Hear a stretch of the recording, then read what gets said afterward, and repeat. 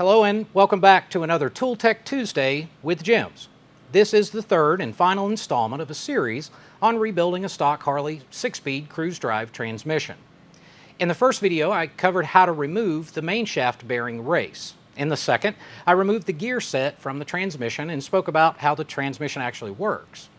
Now today, I'll review the inspection process of each of the parts. I'll explain symptoms of failures and then show you how to reassemble it.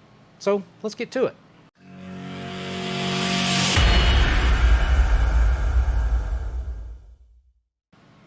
Transmissions have always been this magic box.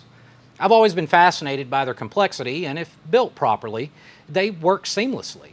Kind of like, how does a Positrack on a Plymouth work? I don't know, but it just does. I know many talented bike and engine builders who've never rebuilt a transmission. It can be intimidating at first and does require several specialty tools to do it.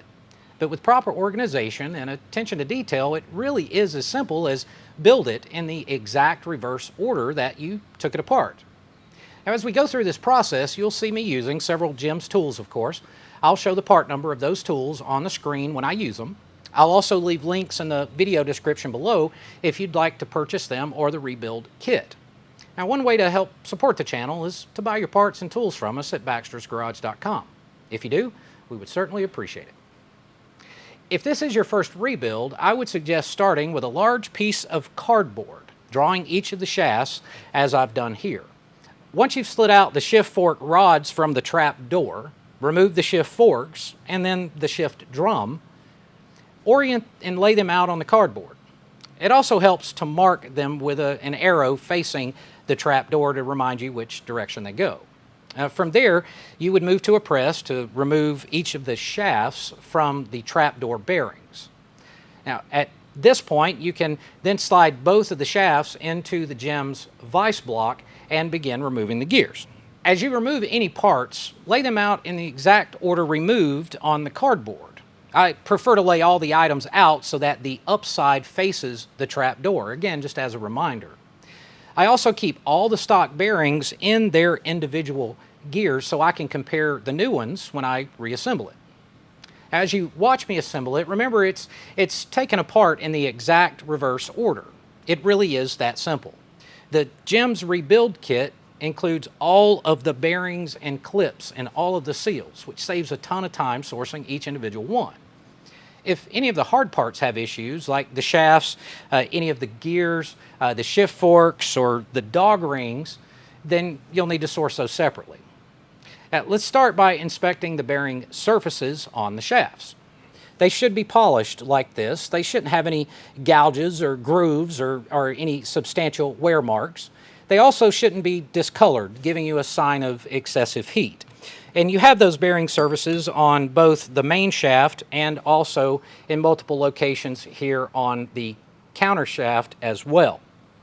Now, one rule of thumb, you may not have access to all of the specifications, but to give you an idea for a quick inspection, you can take a dial caliper or a micrometer, and you'll notice the areas where the bearing do not ride, and then there's the area where the bearing does. You can measure the outer surface and then the inner, where the bearings actually ride. If there is no measurable difference, then there's basically no wear. Tells you that you're good to go, you can move forward.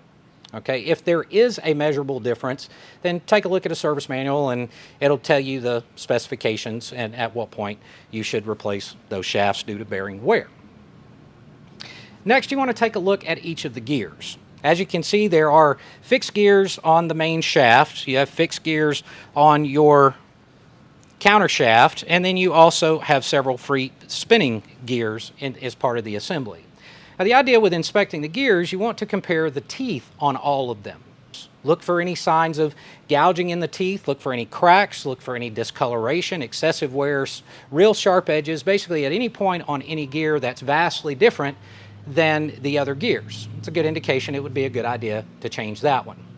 Next, let's look at the dogs and the dog rings and also their mating surfaces on each of the gears.